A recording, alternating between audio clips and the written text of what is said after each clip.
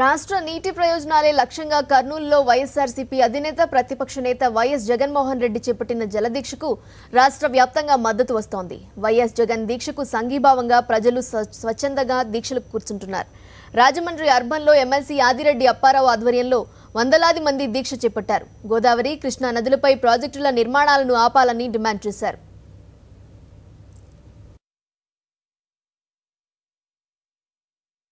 అక్రమ ప్రాజెక్టులు కడుతున్నారో ఆ ప్రాజెక్టులు అన్నీ కూడా నిలిపివేయాలని జగన్మోహన్ రెడ్డి గారు డిమాండ్ చేస్తున్నారు. ఈ రోజున రాజమండ్రిలో ఆయన మద్దతుగా మేము ఆ రాజమండ్రి అర్బన్ నియోజకవర్గం నుంచి మేమందరం కూడా ఈ దీక్షలో పాల్గొన్నాం. జనాలు వేలాదిగా అన్ని వర్గాల నుంచి కూడా, రైతులు కాదు, వర్తకులు కాదు, అందరూ కూడా, స్వచ్ఛంద సంస్థలు కూడా, బ్యాంకుల వారు కూడా ముందుకు వచ్చి మద్దతు పలకడం చూస్తుంటే ఖచ్చితంగా ఈ రాష్ట్రానికి గడ్డు రోజులు పోయి మంచి రోజులు వస్తాయని ఒక ఆశ సిగురిస్తుంది.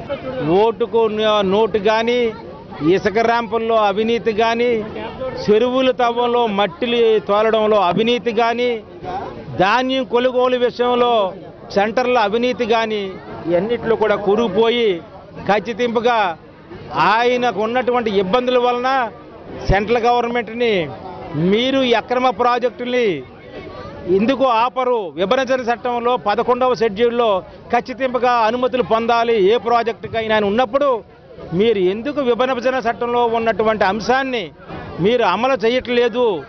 ఎందుకు అక్రమంగా ప్రాజెక్టులు కడుతుంటే నిరోధించట్లేదు అని అడిగే దమ్ము, ధైర్యం తెలుగుదేశం ప్రభుత్వానికి లేక ఈ రోజున చూస్తున్నట్టుగా ఉంటుంటే